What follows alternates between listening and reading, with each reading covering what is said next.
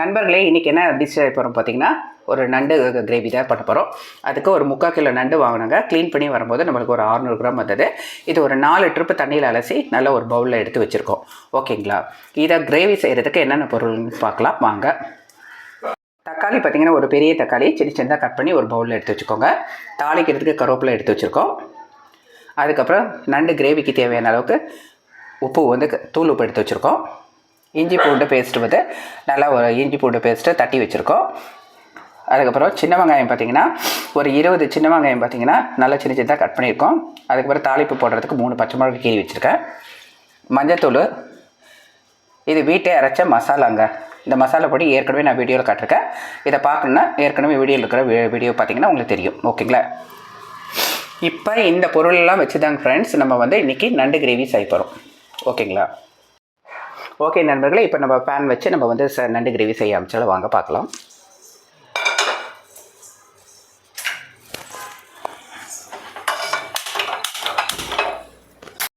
Pan வச்சாச்சுங்க. Pan வச்சு சூடானதுக்கப்புறம் எண்ணெய் ஊற்றிக்கலாம். இது பார்த்திங்கன்னா மரச்செக்கெண்ணெய் தான் நம்ம ஊற்றுறோம். கொஞ்சம் தாராளமாக ஊற்றிக்கோங்க. கிரேவி பார்த்திங்கன்னா நல்லா வரணும், அதுக்காக தான். இது கடலெண்ணெய், மரச்செக்கெண்ணெய் தான் நம்ம வீட்டில் யூஸ் பண்ணுறது. உங்கள் வீட்டில் என்ன யூஸ் பண்ணுவீங்களா ரெகுலராக அதை யூஸ் பண்ணிக்கோங்க. எண்ணெய் சூடானதுக்கப்புறம் கருவேப்பிலை போட்டுக்கலாம். கருவேப்பிலை பொரிஞ்சதுக்கப்புறம் ஒரு கப்பை வந்து 20 வெங்காயத்துக்கு மேலே சின்ன வெங்காயம் எடுத்து வச்சுக்கலாம். சின்னதாக கட் பண்ணி அதை போட்டுக்கலாம்.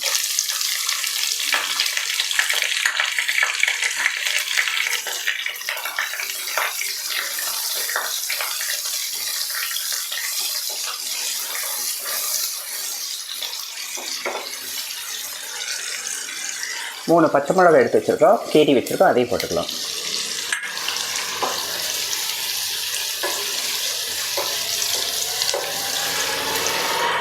வெங்காயம் நல்லா பொன்னிறமாக வர வரல வதக்கி கொடுங்க. நல்லா எண்ணெயிலே வந்து வறுபடட்டும். வெங்காயம் வந்து கண்ணாடி படம் வர அளவுக்கு நல்லா வதக்கி கொடுங்க. அதுக்கப்புறம் மஞ்சத்தூள் எடுத்து வச்சுருக்கோம், 1/2 டீஸ்பூன், அதையும் போட்டுக்கலாம்.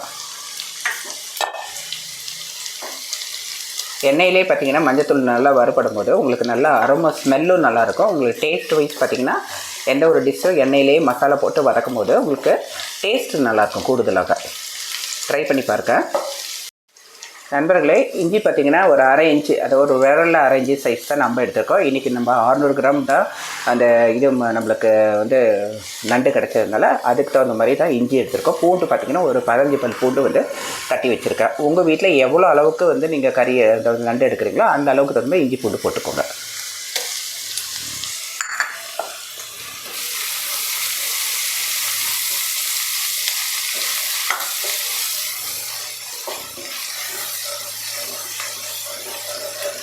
இப்போ வெங்காயம் பார்த்திங்கன்னா ஓரளவுக்கு நல்லா வதங்கிடுச்சு. இப்போ வந்து ஒரு தக்காளி கட் பண்ணி வச்சுருக்கீங்களா சின்னதாக, அதை போட்டுக்கலாம். அதையும் எண்ணெயிலே நல்லா வதக்கி கொடுங்க. தக்காளி இருக்கிற சாறு நல்லா வெளியே வரணும், அந்த அளவுக்கு வதக்கினா போதும்.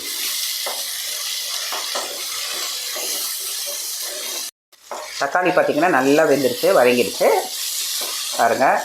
இது ஒரு வந்து செராமிக் இது தான். இந்த பாத்திரம் பார்த்திங்கன்னா உங்களுக்கு வந்து மார்பிள் கல்லுன்னு சொல்லுவாங்க, அதனுடைய இது தான். கைப்பிடியெலாம் பார்த்திங்கன்னா உடன் கைப்பிடி. ஓகேங்களா?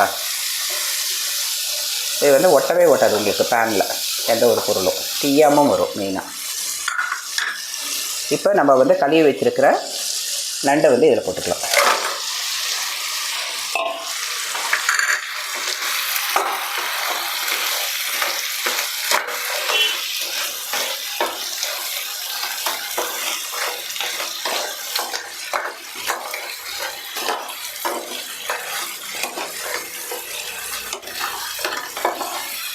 பார்த்து மெதுவாக இந்த மாதிரி அகலமான பாத்திரத்தில் செய்யுங்க மெயினாக. இப்போ ஒரு 3 நிமிஷத்துக்கு மேலே ஆயிடுச்சு. நண்டு வந்து மூடி போட்டு வேக வச்சிட்ருக்கோம். ஏன்னா அது தண்ணி வெளியே வர்றதுக்காக தான். நீங்கள் ஸ்லோ குக் பண்ணும்போது தான் நண்டில் இருக்கிற எல்லா தண்ணியும் வந்து வெளியே வரும். இப்போ பார்க்கலாம் வாங்க, தண்ணி வெளியே வந்திருக்கான்னு பார்ப்போம். பாருங்கள், முட்டிலே இருக்குது பார்த்திங்களா? இந்த ஆவிலே வந்துட்டுருக்கு. சிம்லன்றனால உங்களுக்கு நண்டனுடைய தண்ணியெலாம் மோஸ்ட்லி வந்திருக்குன்னு நினைக்கிறேன். பார்ப்போம், பொடி எடுப்போம். பாருங்கள் நண்பர்களே, நம்ம தண்ணியே விடலை. பாருங்கள் தண்ணி இருக்குது பாருங்கள், இடையில காட்டுறோம். இந்த மாதிரி தான் தண்ணி வர வரல வெயிட் பண்ணணும். எந்த ஒரு கறி போட்டாலும் உங்களுக்கு தண்ணி வந்து அதுலேருந்து வெளியே வந்துடணும். வெளியே வந்ததுக்கப்புறம் நீங்கள் மசாலா போட்டிங்கன்னா சரியாக இருக்கும். ஓரளவுக்கு வந்துடுச்சு. இப்போ நம்ம எடுத்து வச்சுருக்க மசாலா ஒரு 2.5 ஸ்பூனுக்கு மேலே நம்ம இந்த நண்டு அளவு வந்து 600 கிராம் மசாலா பொடி. பார்த்திங்கன்னா இது கறி மசாலா தூள் தான் நம்ம வீட்டில் அரைச்சது. இது ஒரு 2.5 இல்லைன்னா 3 ஸ்பூன் இருக்குங்க நண்பர்களே, டேபிள் ஸ்பூன் போட்டுக்கலாம்.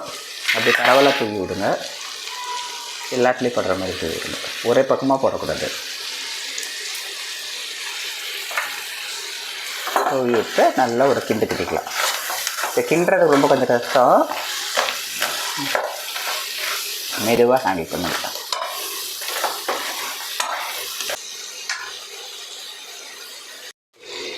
இப்போ பார்த்தீங்கன்னா உங்களுக்கு வந்து இது கடல் உணவுன்றதுனால ஆல்ரெடி பதப்படுத்துறதுக்கு உப்பு போட்டு தான் பதப்படுத்துவாங்க. நீங்கள் உப்பு மட்டும் பார்த்து போடுங்க. தேவையான அளவுக்கு மட்டும் உப்பு போட்டுக்கலாம். ஃபஸ்ட்டு கம்மியாகவே போட்டுக்கோங்க. அதுக்கப்புறம் ஃபைனலாக குடித்து பார்த்துட்டு உப்பு பத்தலைன்னா மட்டும் நம்ம உப்பு போட்டுக்கலாம்.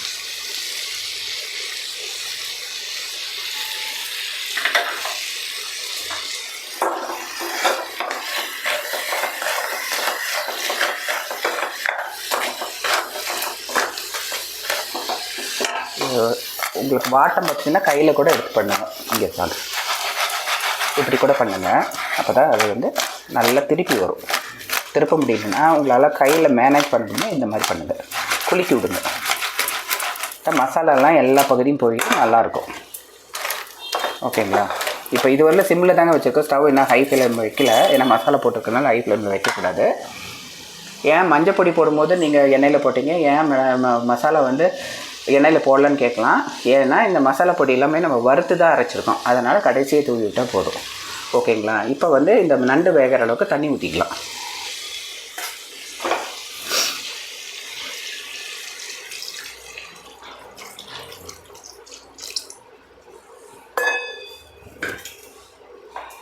இன்றைக்கி செய்கிறது வந்து நண்டு கிரேவின்றனால தண்ணி இந்த அளவுக்கு இருந்தால் போதுங்க.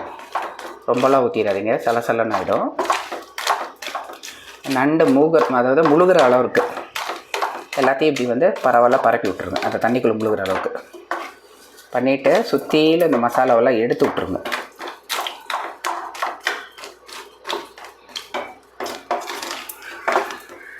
இப்போ இன்னொன்று பண்ணணும், ஸ்டவ் வந்து ஆஃப் ஃப்ளேமில் இருக்குது. இப்போ ஃபுல்லாக வச்சுக்கோங்க. ஃபுல் ஃப்ளேமில் வச்சுட்டு இப்போ நம்ம மூடி போட்டுக்கலாம். மூடி போட்டு ஒரு 10 நிமிஷம் அப்படியே விட்ருங்க, நல்லா வேகட்டும். இப்போ வந்து மூடி போட்டு 10 நிமிஷம் ஆகிடுச்சு. தண்ணி கண்டிப்பாக சுண்டிருக்கும். இப்போ சுண்டுற டைமில் 10 நிமிஷம் கழிச்சு நீங்கள் மூடி எடுத்துகிட்டு திருப்பி போடணும். பாருங்கள் முன்ன இருந்த தண்ணி அளவுக்கு நம்ம தண்ணி ஊற்றணும் இல்லைங்களா, அந்த அளவோட கம்மியாக இருக்குங்களா. இப்போ வந்து நண்டை திருப்பி போடுங்க. எதுக்குன்னா அடுத்த சைடு வேகணும். பார்த்தீங்கன்னா அந்த தண்ணியிலே வந்து வேகணும்.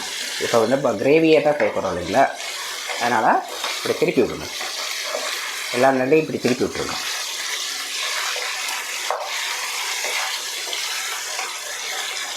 இது வந்து பொறுமையாக ஹேண்டில் பண்ணுங்க நண்டை பொறுத்தவரையிலும். ஆனால் நல்ல மருத்துவ குணம். இந்த சளிக்கெல்லாம் வந்து அவ்வளோ சூப்பரானது. கொள்ளு ரசம், நண்டு கிரேவி, நாட்டுக்கோழி ரசம் இதெல்லாம் செஞ்சு சாப்பிட்டு குழந்தைங்களுக்கு பெரியவங்க வந்து கொடுத்தோம்னா நெஞ்சு சளியிலேருந்து எல்லாம் சீக்கிரம் வந்து அவங்களுக்கு சரியாயிடும்.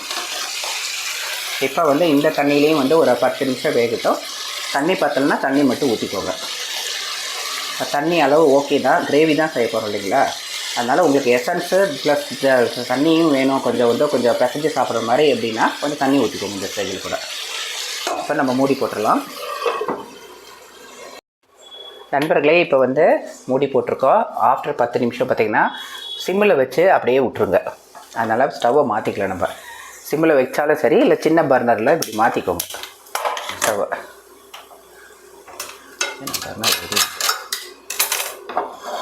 இதை மாற்றிடுங்க. இப்படி மாற்றிட்டு ஸ்லோ குக்காகவே குக் ஆகட்டும். அப்போ தான் நண்டெல்லாம் வெந்து இந்த தண்ணியெலாம் அளவு உங்களுக்கு கரெக்டாக இருக்கும். இப்போ மூடி போட்டலாம் திருப்பியும். இதிலே ஸ்டவ் மாற்றி வைக்கும் போது நம்ம வந்து உப்பு பார்த்தோம், உப்பு கம்மியாக இருந்தாலும் உப்பு போட்டுக்கிட்டோம், தூள் உப்பு தான் போட்டிருக்கோம். இப்போ உங்களுக்கு வந்து கிரேவி கொஞ்சம் ஜாஸ்தி வேணும், கொஞ்சம் தண்ணி விட்டுக்கலாம். விட்டுட்டு இதே நல்லா ஒரு கலக்கிட்டு, ஏன்னா நம்ம திருப்பி போட்டுக்கலாங்களா, நண்டு வேகணும், தண்ணி வந்து பத்தாமல் இருக்குது, அதனால் தண்ணி ஊற்றியாச்சு. தண்ணி ஊற்றினா தான் நல்லா வேகும் உங்களுக்கு. இந்த ஸ்டேஜ்லேயே கூட நீங்கள் உப்பு காரம் பார்த்துக்கோங்க. உப்பு காரம் பார்த்தலைன்னா உங்களுக்கு எவ்வளோ தேவையோ உங்கள் வீட்டு அளவுக்கு தகுந்த மாதிரி உப்பு காரம் அளவு மட்டும் போட்டுக்கோங்க. இப்போ மூடி போட்டுடலாம். மூடி போட்டு ஒரு 10 நிமிஷம் கழிச்சு விட்டுடலாம் அப்படியே.